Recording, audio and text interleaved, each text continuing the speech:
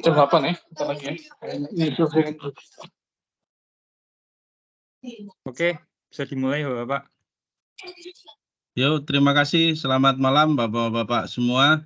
Kami dari kelompok 1 yang terdiri dari saya sendiri, Arif Wicaksono, Mas Yuli, Mas Adya, Mas Herman, Mas Mahendra, Mas Bayu, dan Mas Dian, serta Mas Trio akan membawakan lean operation, Pak.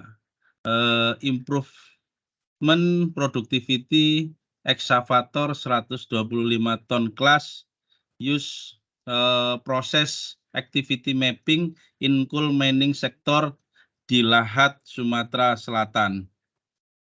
Next, Mas. Ya, ini adalah gambaran bagaimana mining itu terjadi, Pak ya. Jadi pertama dimulai dari pembersihan lahan, pemindahan dengan alat angkut, di situ akan menghasilkan batu bara, dan batu bara itu tersebut diambil, dikumpulkan dalam stockpile. Setelah di dalam stockpile akan dilanjutkan untuk pengecilan, yaitu dengan proses crusher, dan diangkut melalui kapal shipping, kereta api maupun kapal, dan dikirimkan ke berbagai kebutuhan, salah satunya PLTU dan lain-lain. Dan apa itu batu bara? Batu bara adalah merupakan batu bara bahan bakar hidrokarbon pada sedimen organik, terbentuk dari tumbuhan yang telah mengalami dekomposisi biokimia selama jutaan tahun dalam kondisi bebas yang terjadi pada tekanan dan suhu daerah tertentu. Dan Indonesia merupakan produksi terbesar nomor 3, yaitu 606 juta ton, dengan batu bara yang bisa diambil itu sekitar 34 miliar juta ton. Next, Mas. Dan coal mining sendiri itu pertama yang dilakukan adalah bagaimana mengangkat overburden dengan truk ataupun eksavator besar untuk mengeluarkan overburden. Setelah overburden terkupas, maka di situ akan kelihatan batu bara. Batu bara sendiri pengambilannya ada 2 metode, yaitu coal penambangan terbuka atau yang sering dinamakan open pit. Yang kedua adalah tambang dalam atau deep mining. Untuk open pit sendiri, pertama yaitu dilakukan pengeboran.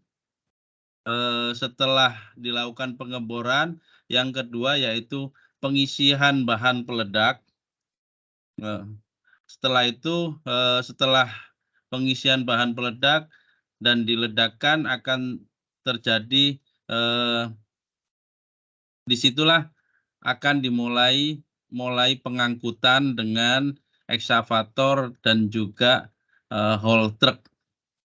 Setelah di overburden itu ataupun batu baranya setelah diangkut lewat eksavator, maka diangkut juga melewatin haul truck.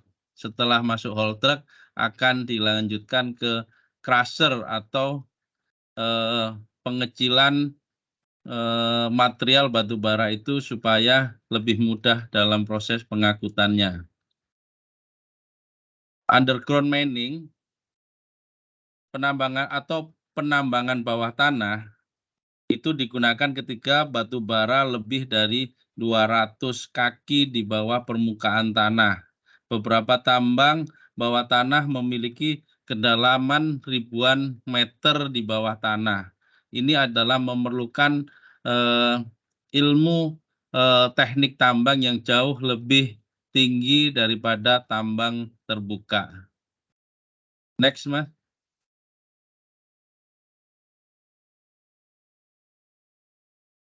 Ini adalah gambaran produksi batu bara di Indonesia pada tahun 2022. Sejumlah perusahaan batu bara yang beroperasi di Sumatera Selatan, salah satunya merupakan tambang terbesar di Indonesia. Meskipun memiliki cadangan batu bara yang besar, produksi dan penjualan batu bara dari Sumatera Selatan jauh lebih rendah dibandingkan daerah Kalimantan Timur maupun Kalimantan Selatan. Dikarenakan di Sumatera Selatan ini mempunyai keuniknesan dalam hal pengangkutan batu bara. Di Sumatera Selatan sendiri hanya kita mengandalkan transportasi kereta api.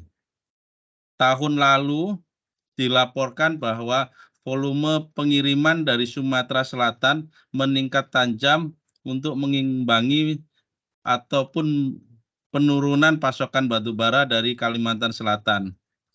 Dari Badan Geologi menunjukkan Sumatera Selatan memiliki 56 juta ton reserve batu bara dan 12 juta ton dari total sumber daya yang ada di Indonesia. Next, Mas. Monggo silakan dilanjut. Ya, terima kasih Pak Arif. Nah, berikut untuk gambaran beberapa pertambangan batu bara di area Lahat, Sumatera Selatan. Dapat ditampilkan bahwa ada sekitar 24 perusahaan yang memiliki IUP dan PKP 2B. Salah satu di antaranya adalah PT Mustika Indah Permai yang berlokasi di Kecamatan Merapi Barat dan Merapi Timur yang memiliki IUP seluas 2.000 hektar. Melalui MIP, Adaro Group telah berdiri di Sumatera Selatan sejak tahun 2011. Adaro Group ini memegang 75% kepemilikan saham di MIP yang memegang izin usaha pertambangan atau IUP seluas 2.000 hektar tambang batu bara di Kabupaten Lahat, Sumatera Selatan yang berisi batu bara berpolutan menengah dan sangat rendah yang cocok untuk pembangkit listrik. Sedangkan Adaro Group sendiri atau Adaro Energy itu perusahaan batu bara terbesar kedua setelah Bayan Resource yang menghasilkan net income terbesar di tahun 2021 dengan 1,28 juta US dollar. Next.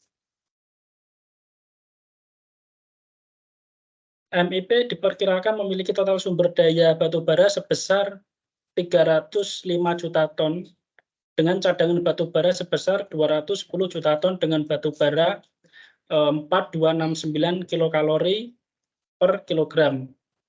Batu bara MIP memiliki sifat polutan yang rendah dengan kandungan sulfur dan abu yang relatif rendah.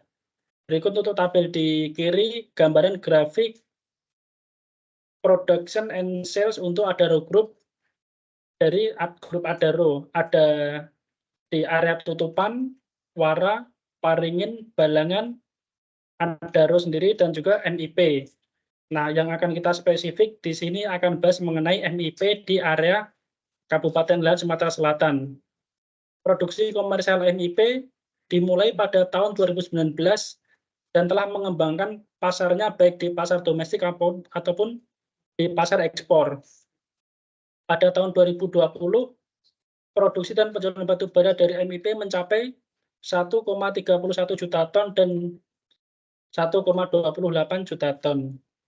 Pada tahun 2021, produksi batu bara MIP mencapai 2 juta ton atau meningkat 53% year on year dibandingkan pada tahun 2020.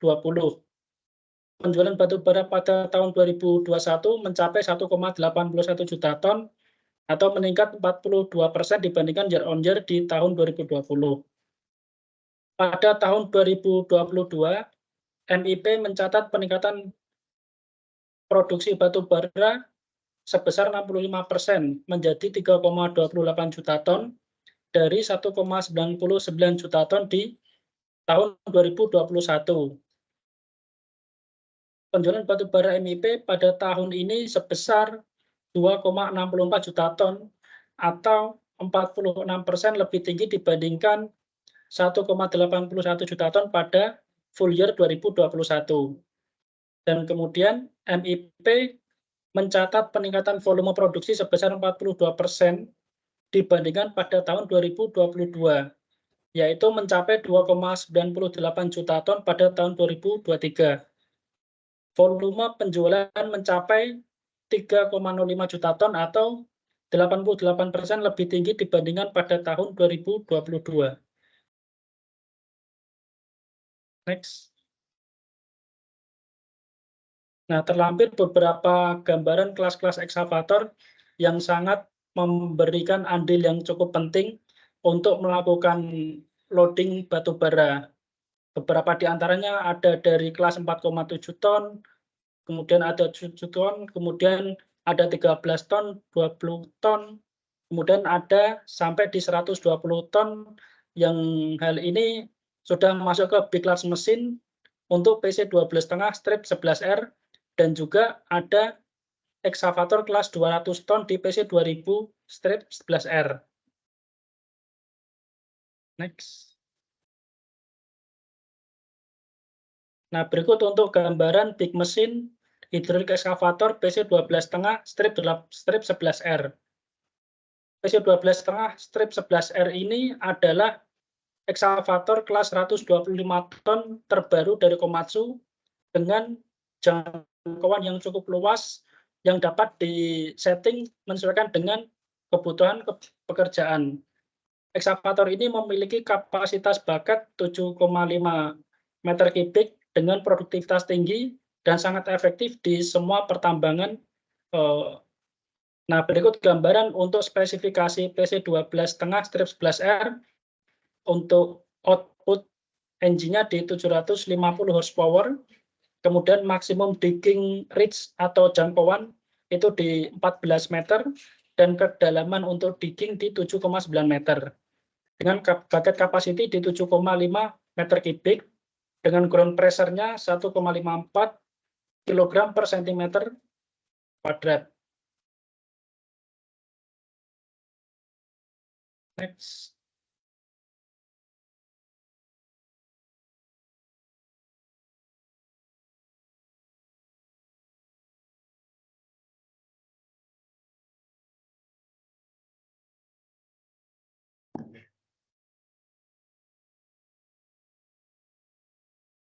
Oke Pak, izin melanjutkan.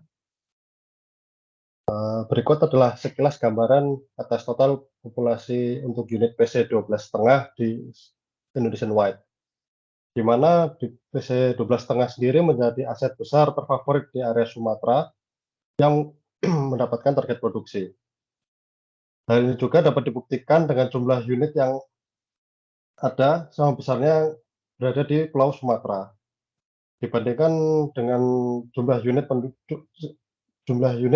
yang ada di Indonesia yang berjumlah 64 unit, di mana populasi unit PC 12,5 di Sumatera sendiri terdapat ada 13 unit, di mana terbesar ada 7 di Medan, 4 di Tanjung Enim, dan ada 2 di MTB. Next, Pak. Nah, berikut adalah gambaran production call MIP di tahun 2023, Pak. Di dalam grafik ini dijelaskan bahwa MIP 2023 atas produksi call pada bulan Januari sampai Agustus masih tercapai, di mana rata-rata ada di angka 85%. Sedangkan untuk MIP untuk produksi overburden dari Januari hingga Agustus saat ini masih berada di bawah target, yaitu sebesar di 82%, Pak.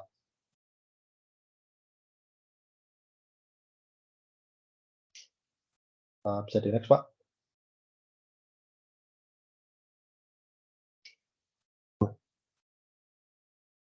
Beberapa faktor yang mempengaruhi produktivitas seperti desain lokasi, model truk, model ekskavator, dan kondisi cuaca, jenis material, ketersediaan shift, penjejakan truk ekskavator, dan lain-lain digunakan untuk menilai kinerja menggunakan data waktu siklus pemuatan.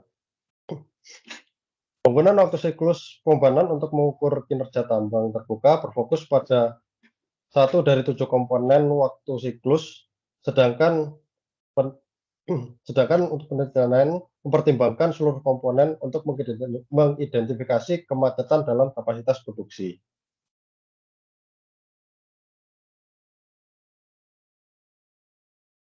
Bisa di next, Pak.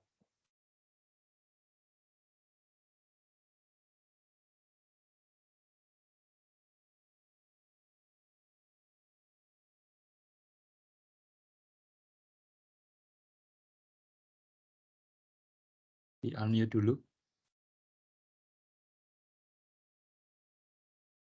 Mas Dian, di unmute dulu Mas Dian. Baik, kita lanjut.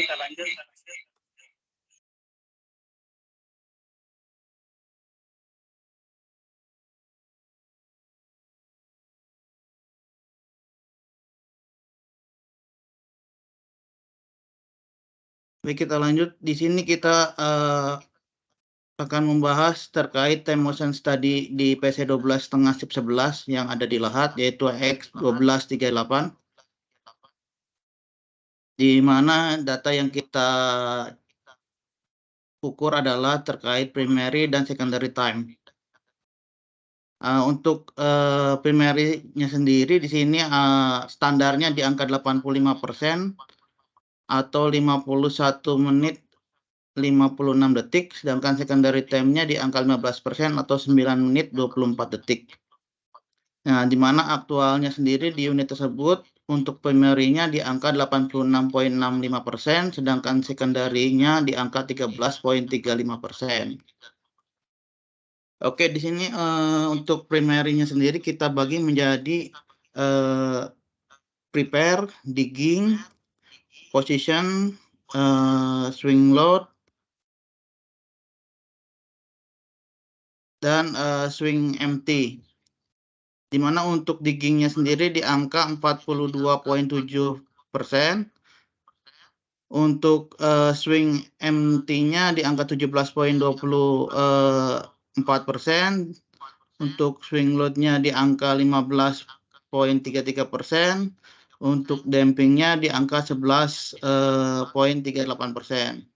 Sedangkan untuk secondary time-nya terdiri dari positioning, waiting damping, idle, serta dig to prepare.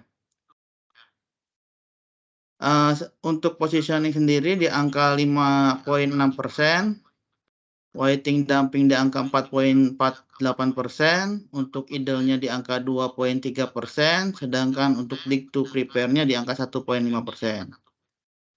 Nah, kalau kita hitung dalam 1 jam sendiri, Pak, untuk primary dan secondary time-nya, untuk prepare-nya di angka 54 detik, sedangkan untuk waktu digging-nya di angka 25 menit 26 detik, untuk positioning-nya di angka 1 menit 33 detik, sedangkan untuk swing load-nya di angka 9,11 detik, waiting damping-nya di angka 2 menit 42 detik, terus untuk damping ke HD-nya di angka 10,22 detik, kemudian positioning kembali di angka 1 menit 35 detik, swing empty 6 menit 44 detik, dan untuk idle-nya di angka 1 menit 23 detik. Nah, dengan kondisi kerjanya di sini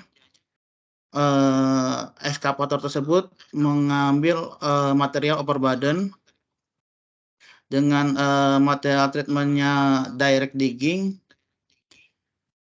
dengan tinggi bench-nya di angka 3,5 meter, di mana ini masih di bawah standar yang ditentukan, yaitu 3,2 sampai 3,5 meter untuk tinggi benchnya.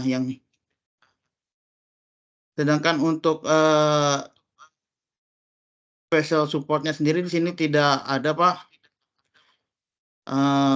Lawannya itu truknya HD 785 dengan rata-rata produktivitas per shiftnya di angka 500 BCM per hour, di mana targetnya sendiri yaitu 550 BCM per hour, sehingga achievementnya di sini baru mencapai 90,9%. Lanjut. Nah, di sini kita masuk ke finding problem untuk root cause analisisnya, di mana untuk productivity sendiri dia berhubungan yang pertama terkait mesin performance, di mana mesin performance ini dipengaruhi juga oleh operator, pengaturan operator dalam mengoperasikan unit, terus skill operator dan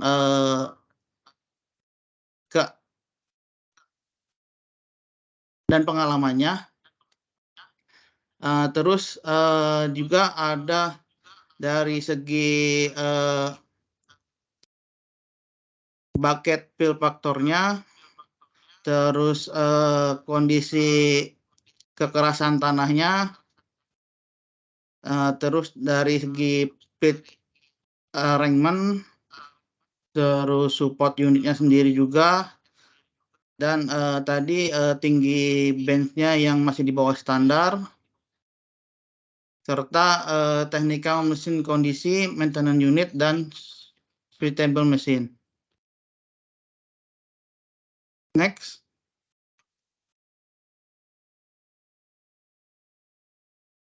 Baik, selanjutnya kami akan coba menyampaikan masih di riset introduction. Yang pertama adalah terkait dengan important research question.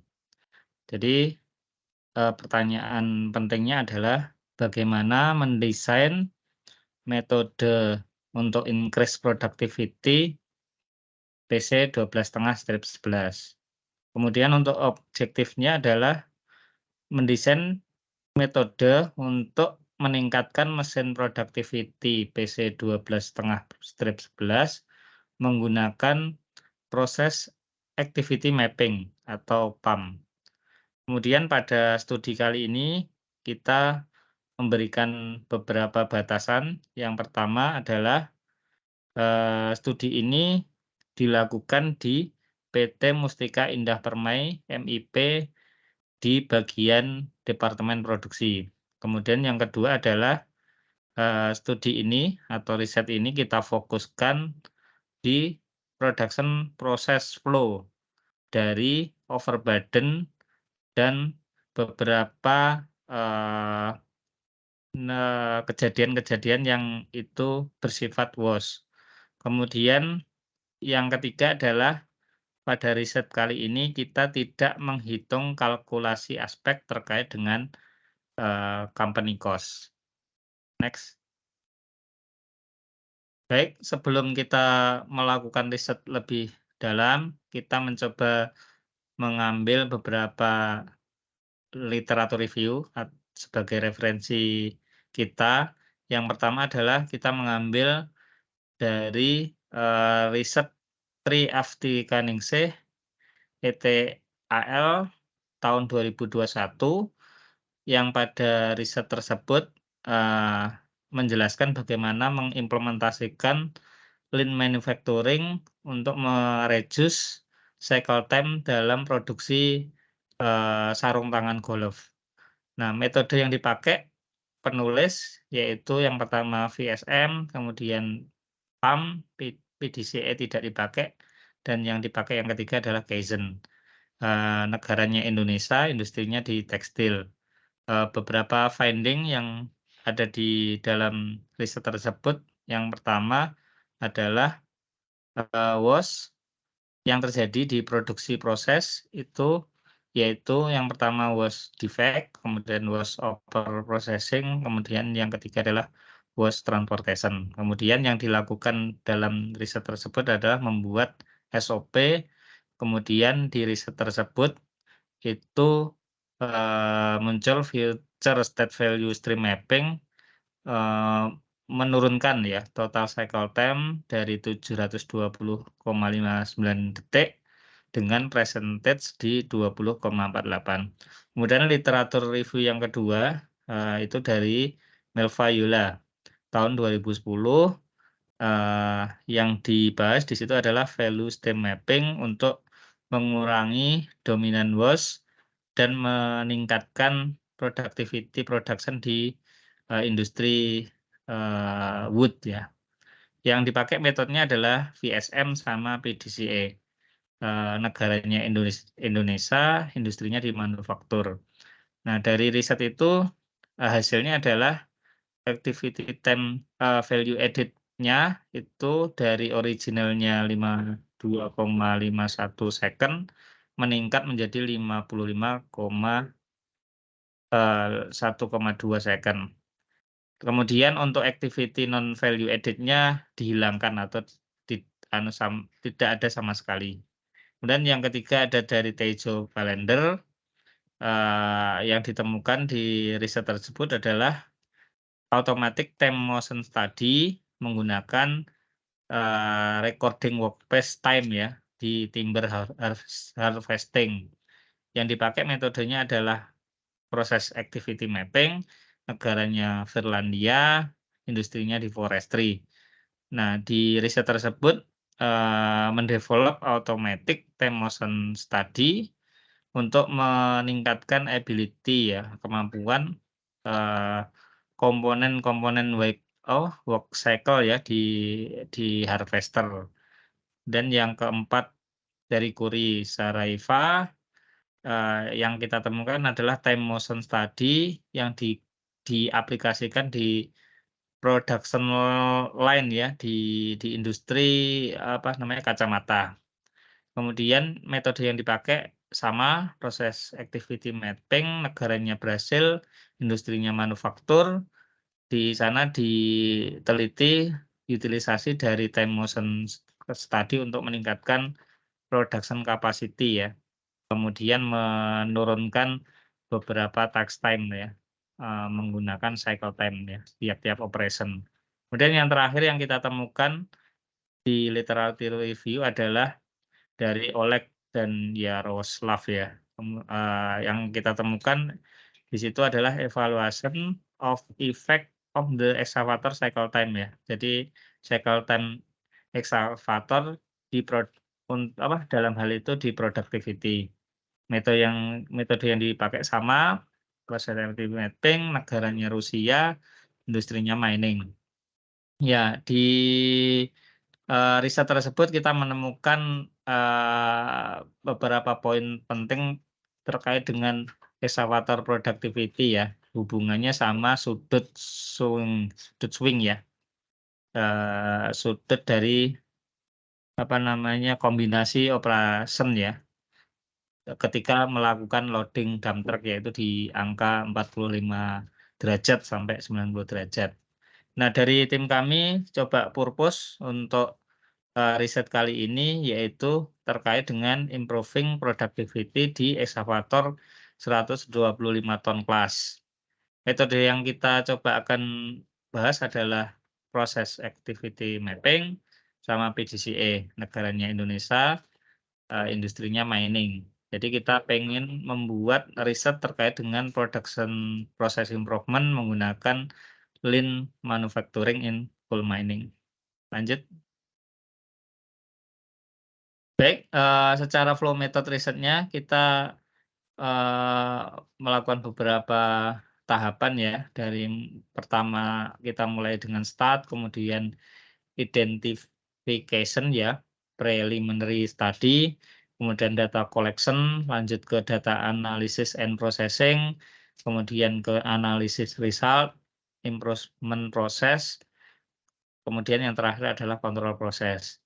Untuk metode risetnya sendiri, untuk identification kita akan coba mencari purpose-nya, kemudian problem and objective-nya, kemudian limitation and scope-nya, sama literatur review yang kita sudah bahas di slide sebelumnya.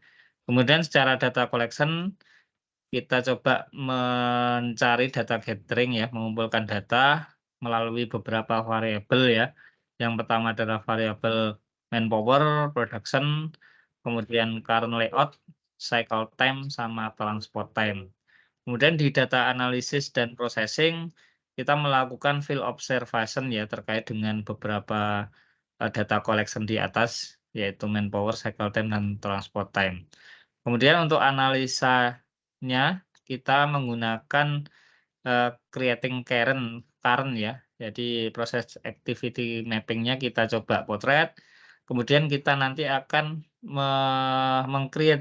meng-create future state mapping atau value added mapping. Ini kita ambil referensinya dari literatur review sebelumnya, yaitu dari Tri Afti Kaningsih dan Melva Yula. Kemudian improvement prosesnya kita akan coba memperbaiki proses ya, terutama di area kerja ya, dengan mungkin merelayout, kemudian trial result production, kemudian production capacity, dan yang terakhir adalah menggunakan metode PDCA.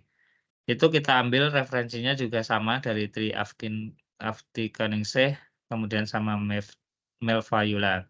Kemudian pada step control proses kita melakukan yang namanya standarisasi. Kita ambil referensinya dari literaturnya dari Lijalem Mulu kita 2020. Next. Oke, baik Pak. Untuk selanjutnya masuk ke flow methods. Untuk poin pertama yaitu identification, preliminary study.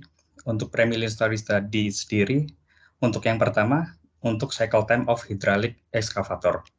Untuk hydraulic excavator sendiri kami bedakan menjadi dua, yaitu untuk primary dan secondary. Untuk yang primary sendiri ada 4 poin.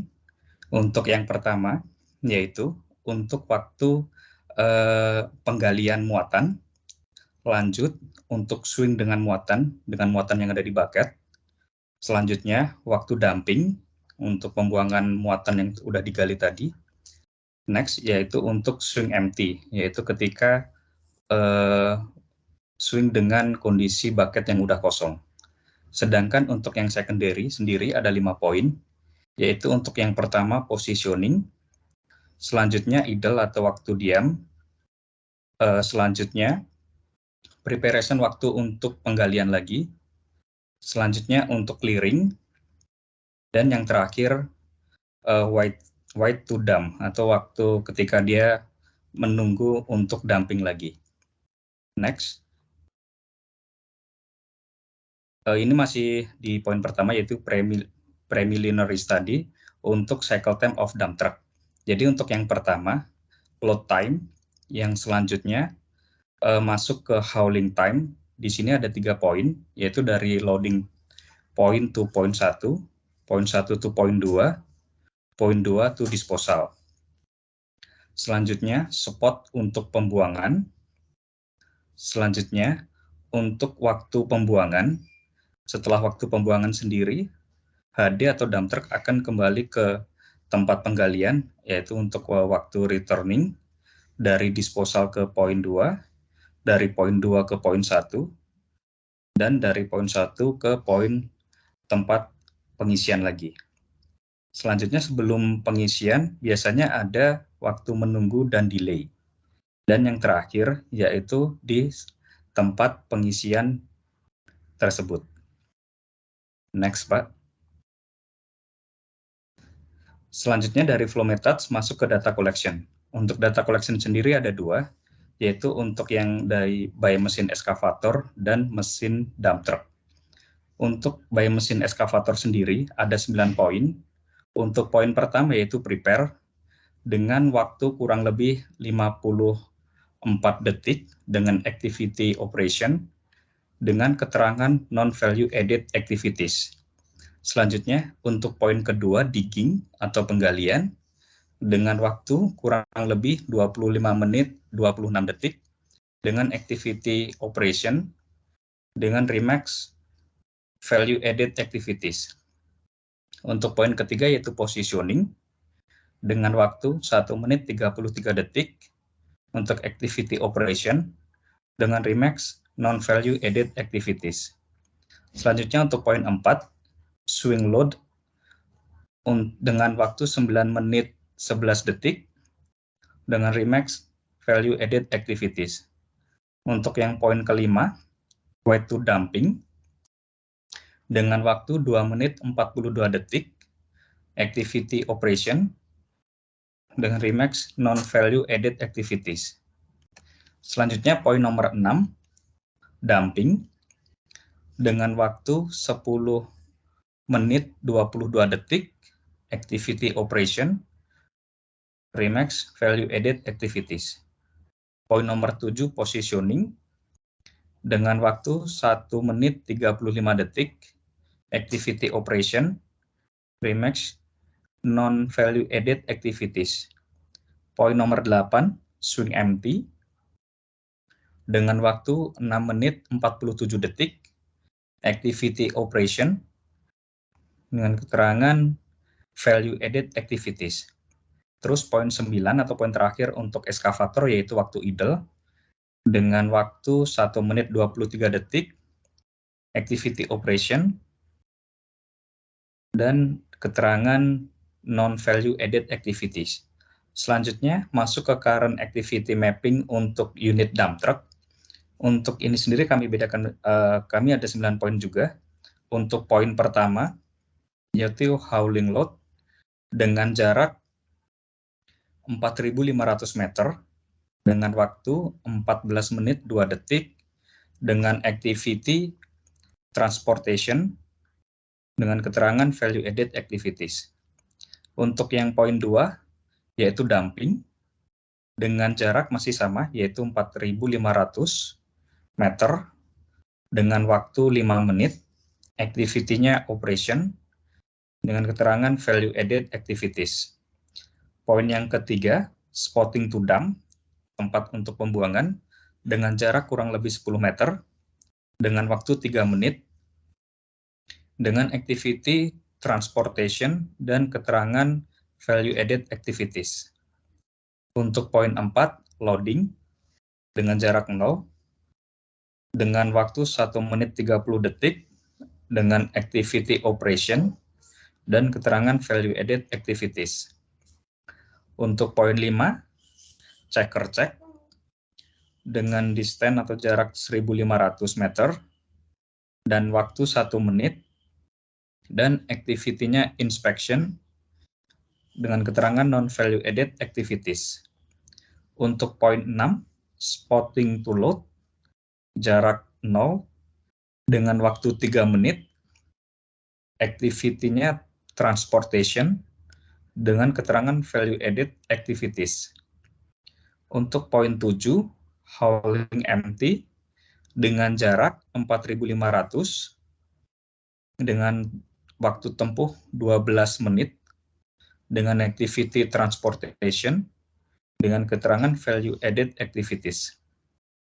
Untuk poin 8, waktu menunggu atau queuing dengan jarak 15 meter dengan waktu 5 menit dengan activity-nya transportation dengan keterangan non-value added activities. Dan untuk poin yang terakhir yaitu delay dengan jarak kurang lebihnya sekitar 2.000 meter dengan waktu 8 menit, activity-nya delay dengan keterangan non-value added activities. Next.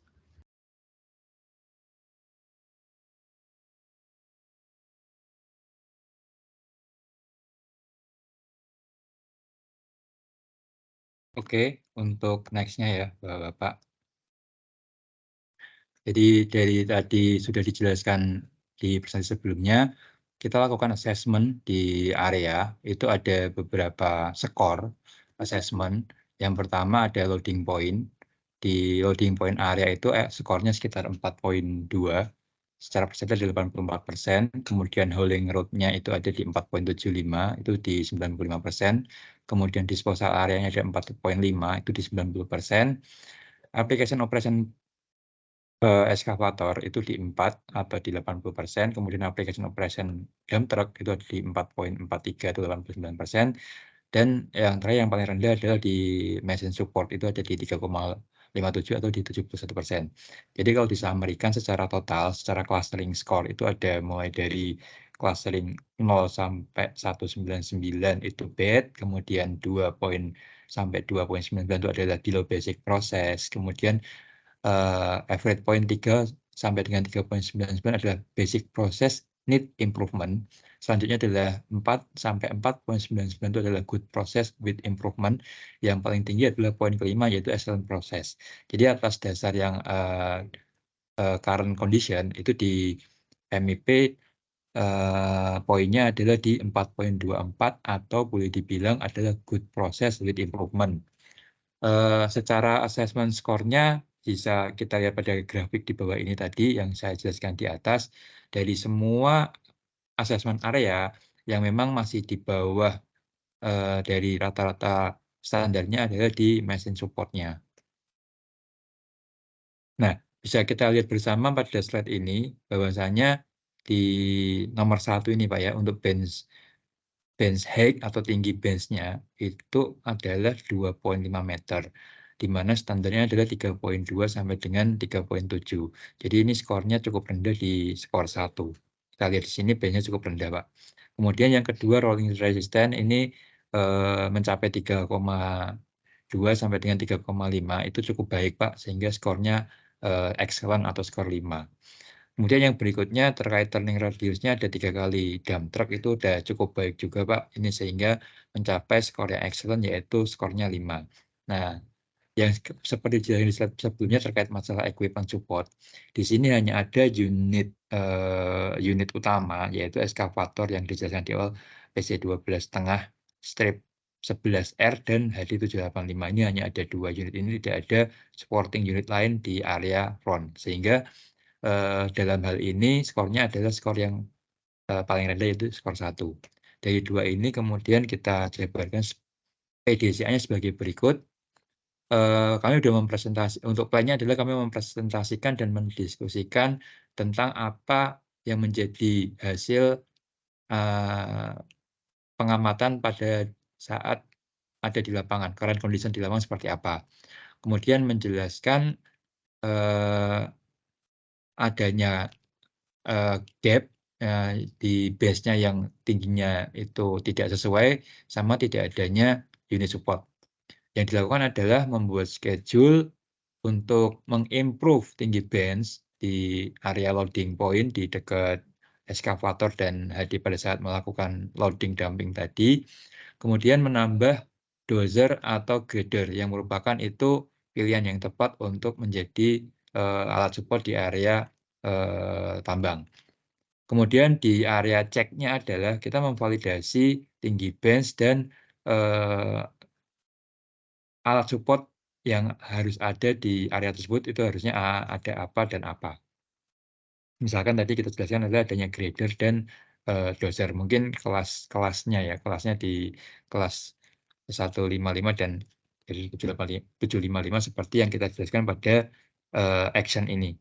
Jadi actionnya adalah di implementation, di mana dari 2,5 standar bench tadi kita coba improve ke minimal di 3,2 sampai dengan 3,5 meter tinggi bench-nya, dan equipment support-nya minimal di dozer 155 ton kelas dan grader 755 ton kelas. Nah, setelah dilakukan improvement tadi, Pak, kita sudah bisa lihat bersama di awalnya, kita lihat di gambar sebelah kiri sini. Gambar sebelah kiri sini awalnya base-nya 2,5, kemudian diimprove di sini base-nya udah mencapai 3,7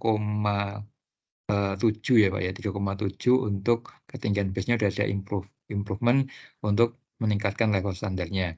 Kemudian di sisi kedua kita lihat yang awalnya itu tidak ada alat support, hanya ada eskavator dan HD saja, kemudian diimprove dia sebelahnya sudah ada tambahan grade dozer doser ini kelasnya adalah D155, kemudian ada juga grader. Gradernya ini di grader 755.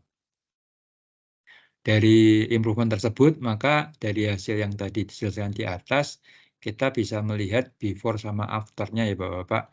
Jadi dari mulai activity-activity yang tadi sudah dijelaskan di atas, mulai dari activity eskavator, mulai dari prepare sampai dengan idle, kita fokus untuk mengurangi non-value added activity-nya, di mana secara total before-nya itu non-value added-nya menyumbang 12% dari total pekerjaan berkurang menjadi 5%. Jadi yang awalnya non-value added-nya 12% menurun ke 5%, sehingga value added-nya yang awalnya 88% untuk eskavator meningkat menjadi 95%. Secara waktunya sendiri juga udah bisa dilihat dari non-value added-nya awalnya 6 menit 87 detik, kemudian menjadi 2 menit 90 detik, kemudian ada lagi yang berikutnya untuk value added-nya dari 51 menjadi 50. Untuk di dump truck-nya sendiri Pak, sama seperti dengan eskavator tadi, kita fokusnya adalah mengurangi non-value added-nya dari mulai hauling load sampai dengan delay tadi, ditemukan hasilnya non-value added-nya berkurang dari awalnya 27% menjadi 17%. Artinya value added-nya meningkat dari awalnya 73% menjadi 83%. Silakan dilanjut.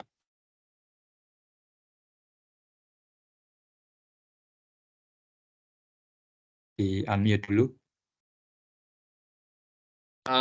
Baik Pak, untuk ada 7 plan activity yang perlu kita perhatikan agar improvement productivity 12,5 ini bisa berjalan Pak ya. Yang pertama ada 7 poin itu adalah yang pertama adalah band height. Band height sendiri atau tinggi bench ini yang sebelum improvement hanya di 2,5 meter dari standar minimal di 3,2 sampai dengan 3,5 meter. Di improvement kita harus meningkatkan tinggi bench dan memastikan tinggi bench itu di atas standar. Untuk improvementnya sendiri ini di 3,7 meter Pak ya. Selanjutnya di activity kedua rolling resistance yang sebelum improvement ini sudah standar di 3-4% dari standar dari standarnya RR adalah di bawah 5%. Di next activity atau improvement itu kita harus menjaga agar rolling resistance masih dan konsisten di standarnya Pak ya. Selanjutnya di poin ketiga activity adalah equipment support, unit support di front. Di sebelum improvement tuh hanya ada satu grader 755 untuk activity repair jalan. Di new improvement kita harus memastikan adanya 2 unit support di front loading di eskavator 12,5 itu satu dozer 155 dan satu grader 755. Poin keempat, total truk per jam atau retase truk per jam dari sebelumnya itu hanya 13,7 rate per jam. Kita di next activity improvement kita harus memastikan di operation retase truk bisa di angka 14,1 truk per jamnya. Selanjutnya di poin kelima di average loading time, proses loading eskavator ini di sebelumnya di 4,1 menit, kita harus bisa meredus loading time-nya di 3,8 menit. Aktiviti selanjutnya, aktiviti ke-6 adalah productivity per jamnya. Dari sebelumnya di 16,5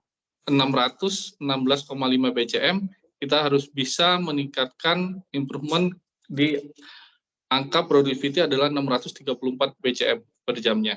Dan poin terakhir di terkait achievement produksi, sebelum improvementnya ada hanya 98,7%, kita harus bisa mencapai target produksi di angka 115%. Next Pak.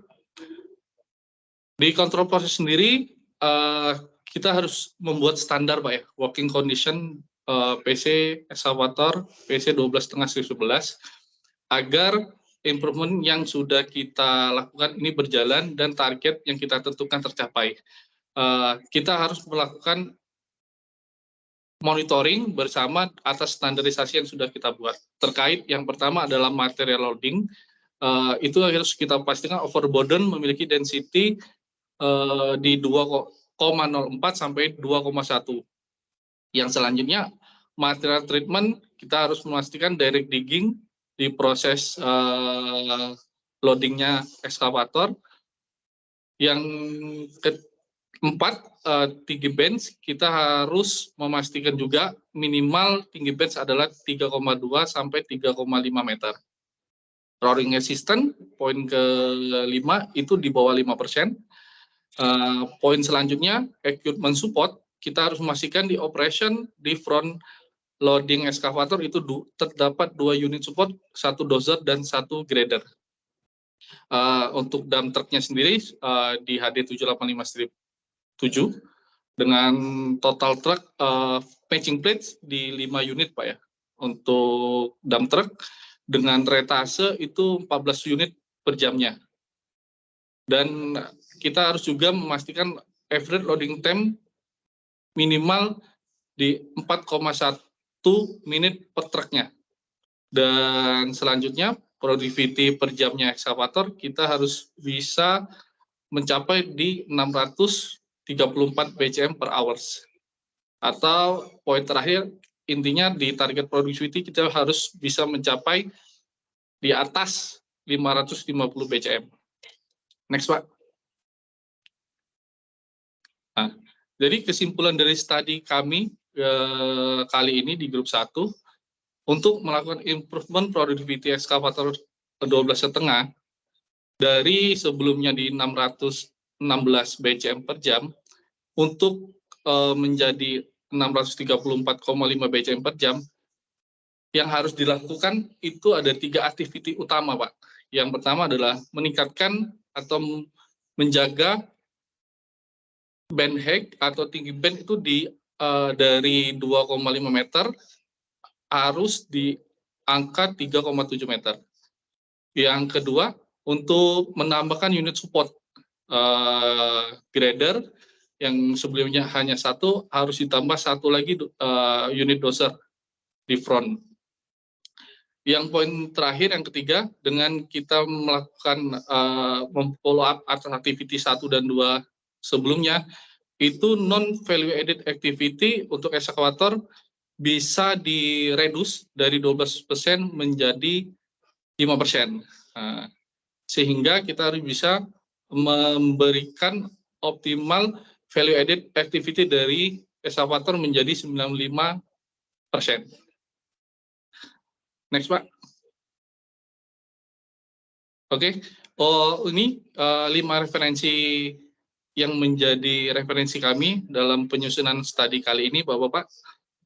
Bisa dilihat ada 5 referensi yang setelah dibacakan sebelumnya secara detail yang menjadi acuan kami dalam penyusunan laporan ini, Pak ya.